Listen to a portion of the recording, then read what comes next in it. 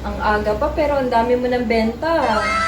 Ay, oo, kasi pag ganitong araw, biyernes ngayon maraming bumibili ng alak at sigarilyo. Marami nagiinom. Lalo dyan sa may gawi dyan. Maraming bumibili ng alak pag ganitong oras. Ganda. Ganda ang benta natin ngayon ah. Oo. Ayaw nga pala, Babs. May tatanong ako sa'yo.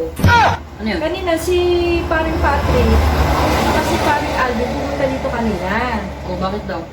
May inabot sa akin pera kanina, tinatanong ko kung para saan. Ang sabi niya, alam mo na daw yun. Para saan ba yun? Ano yun? Bayad nila kay paring Boyet. Utang nila kay paring Boyet siguro yun. Nabanggit niya sa akin noong nakaraan, idadaan daw dito.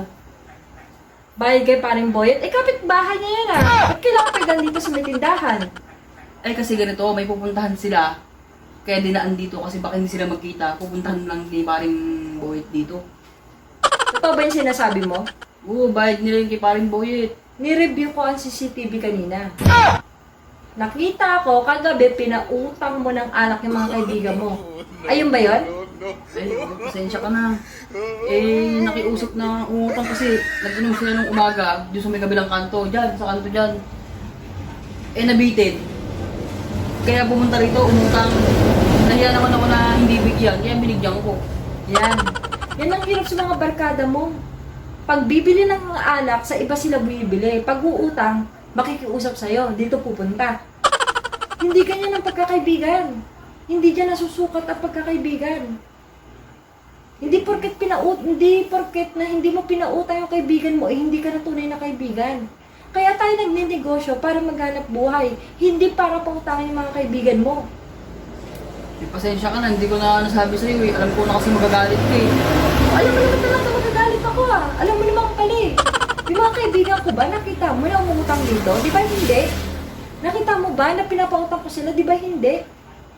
Kahit hindi ko sila pinapautang, bibili sila dito. Ganun ang kaibigan. Nagsusuportahan. Eh, pasensya ka na, hindi ko na ulitin. Ang importante naman, nagbayad na sila. Ayun ang mindset mo, nagbayad. Eh paano kung hindi sila nakabayad? Eh di, pupuntahan ko sila sa bahay nila. Paano kung pumunta ka doon, wala sila maibigay sa'yo? Anong gagawin mo? Eh, wala.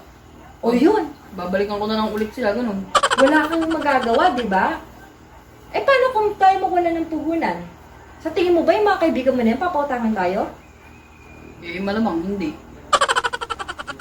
Ayun naman pala eh, dapat yun ang ganun ang isipin mo. Unahin mo yung negosyo natin, hindi sa mga kaibigan mo.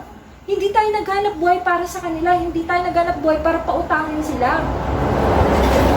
Kung magtatampo sila sa'yo na hindi mo sila pinautang, hindi mo na kasalanan yun, naghahanap buhay ka. Hindi para sa kanila, hindi para pautangin mo sila.